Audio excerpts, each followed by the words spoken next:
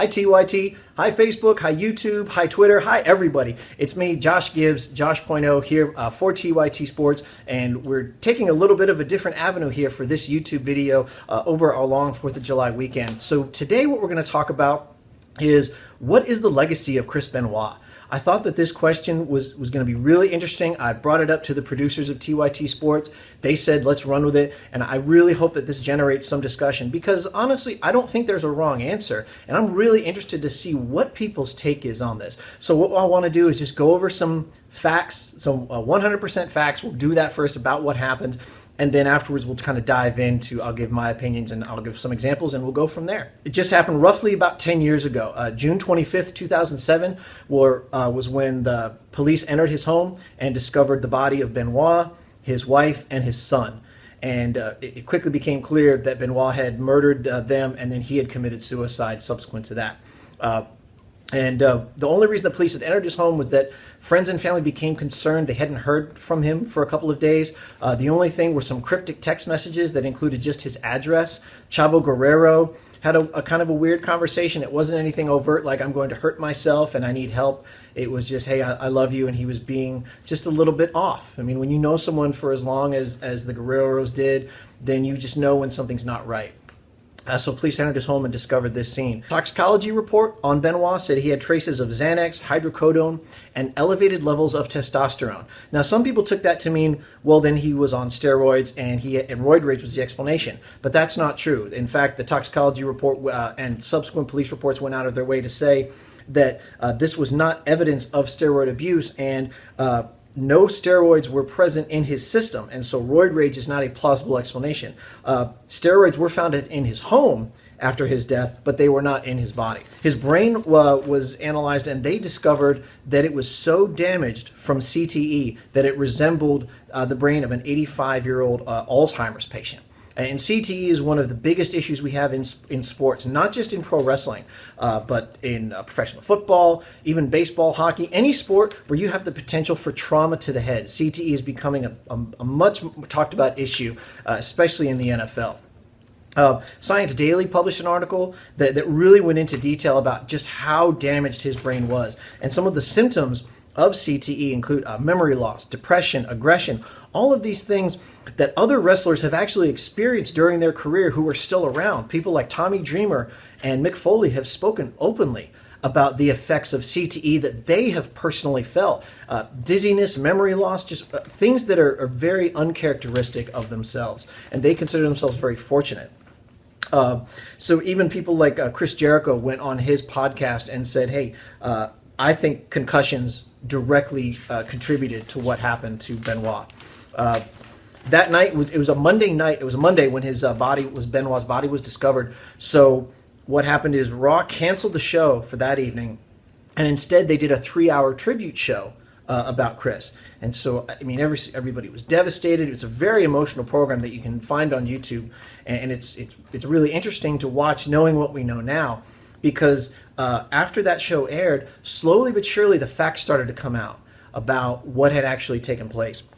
And then you started to see this whitewashing of his legacy from the WWE. And it goes so deep, in fact, that you go on WWE.com and type in Benoit, no results come up. Nothing with him personally comes up. It's extremely difficult to find anything. No merchandise sales, nothing officially tied to the WWE. You can still get some videos and DVDs and stuff through aftermarket sellers, but nothing through them directly. That's how much they want to disassociate themselves with Benoit. Kurt Angle is one of the few people who still openly talks about him, saying that he's one of the greatest wrestlers of all time.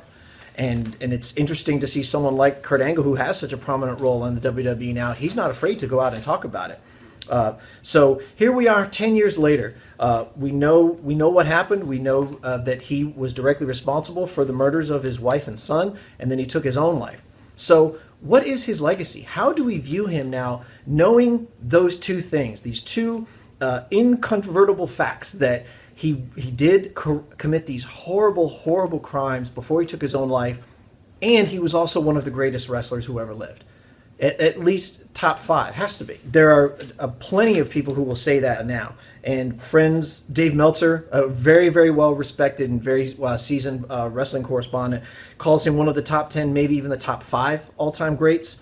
A lot of friends say that Eddie Guerrero's death in 2005 kind of changed him, and that really made him take a turn for the worse. So how that played into it, unfortunately, we're not going to know.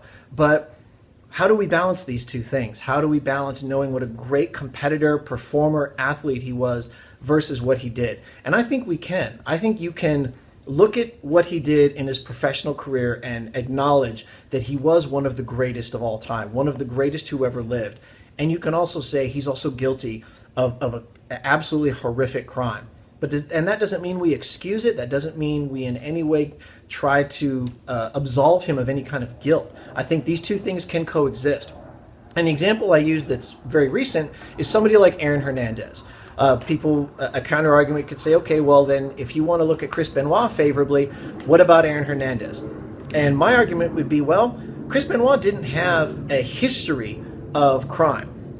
In fact, one of the few things on his record back in November to Remember in 1994, he accidentally broke Sabu's neck, and he felt so bad about it. He went to the locker room, broke down crying, and just was so shaken up over the fact that he hurt another performer, another professional colleague, that took him a long time to get over.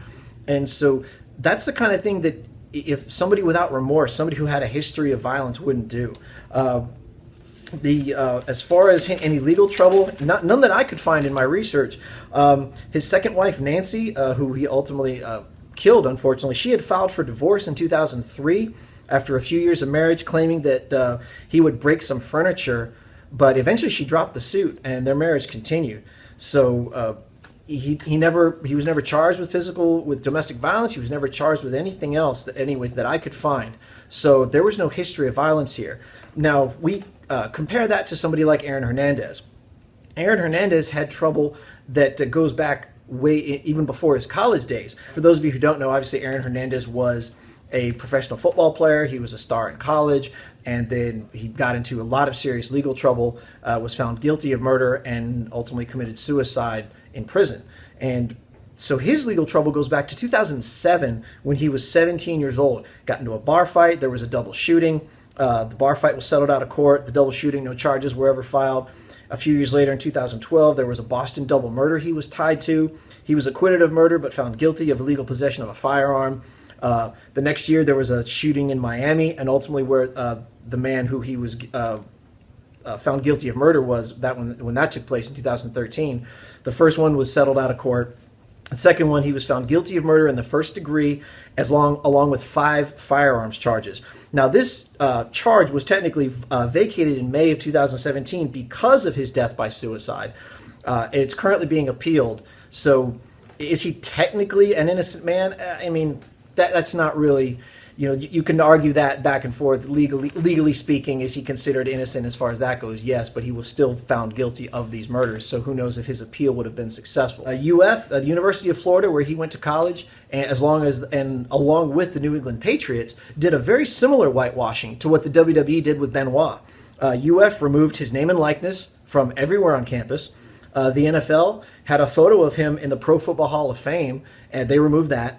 All his endorsements obviously were canceled. The Patriots Pro Shop either removed or destroyed every bit of merchandise that had his name tied to it. Now, his brain was also released to Boston University to study CTE to see if that may have played a role in it, but I don't think we're going to get the same association. The point that I'm trying to make is that Aaron Hernandez had a long history of violence. He had a long history of just being that kind of person. Benoit didn't. So I can much more easily look at what happened with Benoit and say, yeah, it was horrific, but I don't want to make it seem as if I'm just kind of being flippant about it, but I could say, yeah, this was an isolated incident. It was just the perfect storm of who knows what, a combination of his head trauma and depression and everything else, and then it all just came to a head and something happened. We're not going to know exactly what he was thinking about in those few days that transpired, over the few days when the crimes took place and ultimately his suicide. We just don't know. Whereas Aaron Hernandez, this was years and years of him committing crime, getting away with it, and then or just them kind of getting written off, where he ultimately goes free and gets to play professional football. So I'm much more comfortable saying Aaron Hernandez was that kind of person. And it's still a tragedy that he took his own life, but at the same time, he also did some unforgivable things as well. So I'm not willing to say, well, Aaron Hernandez, it's fine, let's just write it off. And he suffered from CTE, so he was a troubled youth. He was certainly troubled, but he still has this history of violence that Benoit didn't. I think you can look at other athletes whose careers ended with criminal mischief, with criminal wrongdoing. People like O.J. Simpson, Ray Caruth, Bruno Souza, all of these professional athletes ended their careers with just absolutely horrific crimes. And some paid for it and some didn't.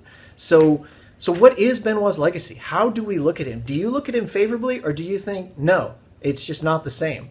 I look at Benoit and I say, look, I don't see the reason why we can't still say he was the greatest of all time. And yes, he committed a horrible, horrible crime. I mean, it really is unforgivable. Murdering your wife and your son, I mean, you have to be in a very, very unusual mental state to commit that sort of crime.